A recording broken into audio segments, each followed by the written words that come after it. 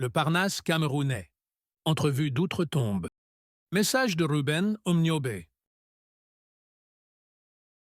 E. En un acte. Par. Poukam Bag. Louis-Marie. Officier d'académie.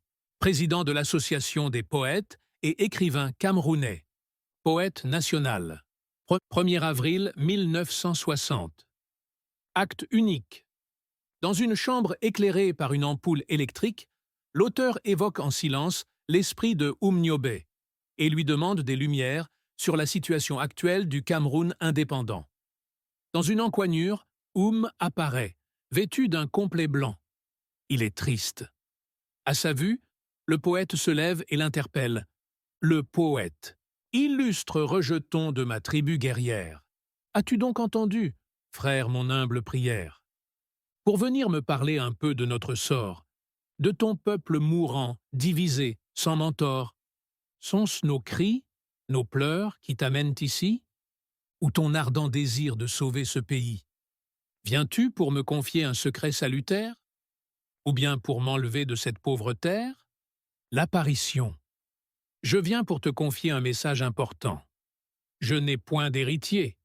Le peuple suit un fourbe, qui profite en mon nom et qui sait bien pourtant que je n'avais jamais, un jour, trompé les tourbes. C'était mon confident. Que dit-il de ma mort? Qu'il parle donc enfin, sans peur ni remords. L'apparition fait un signe affirmatif de la tête, comme pour répondre à une question.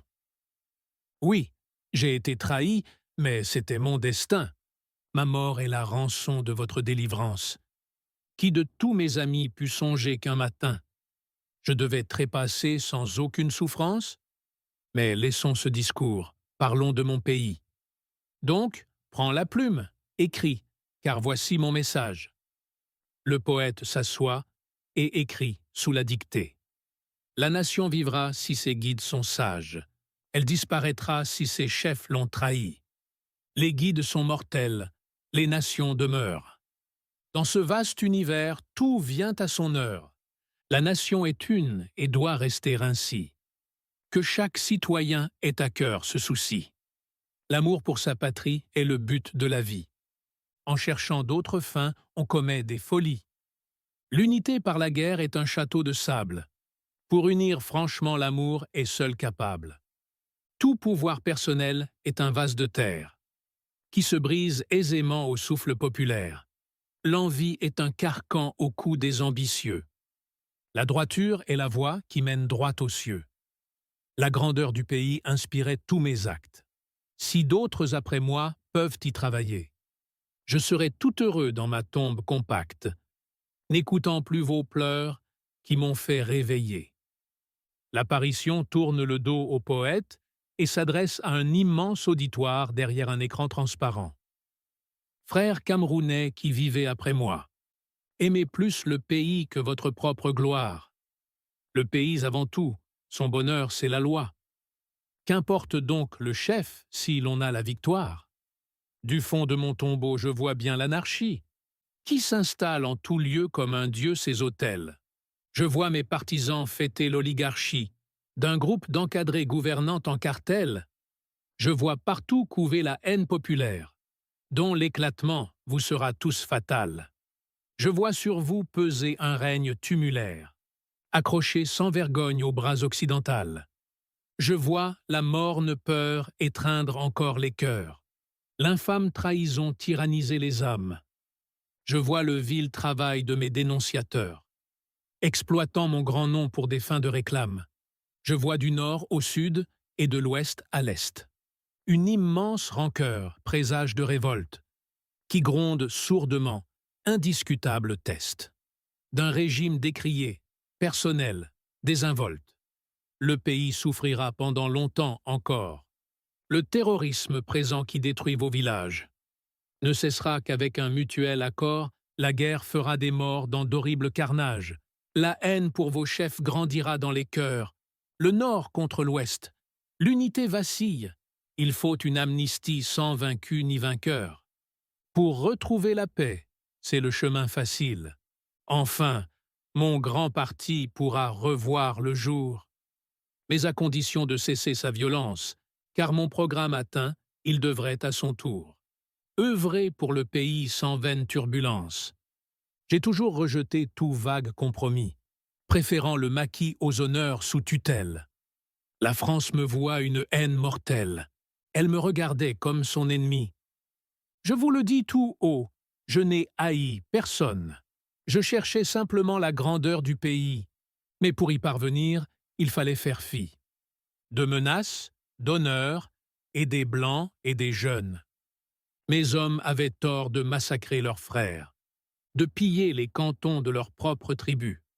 Notre sang a coulé, notre terre l'a bu. L'indépendance est là, cessez tout arbitraire.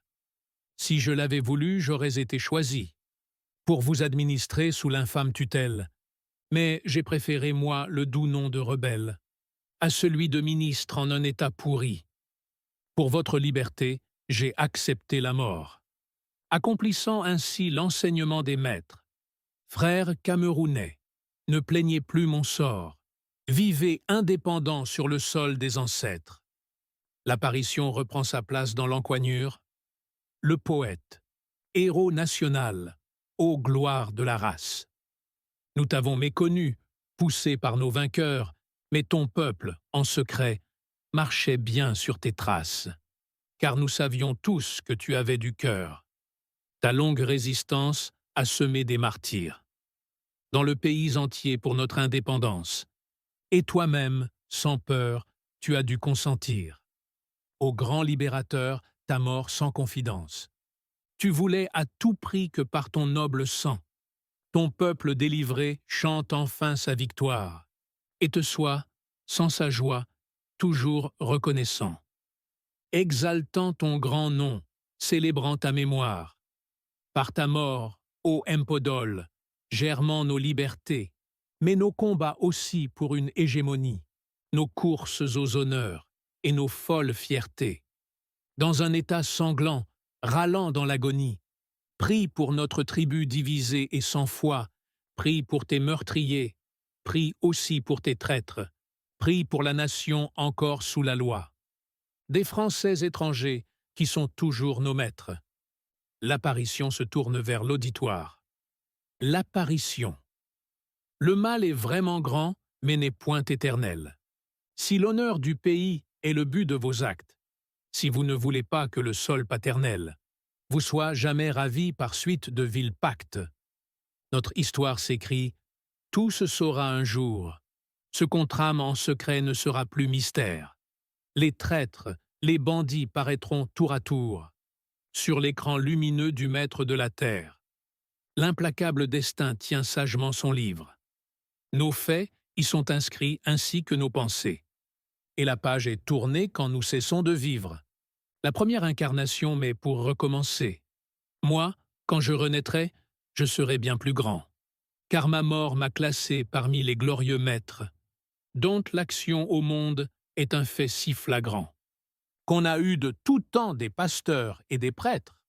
L'apparition revient vers le poète.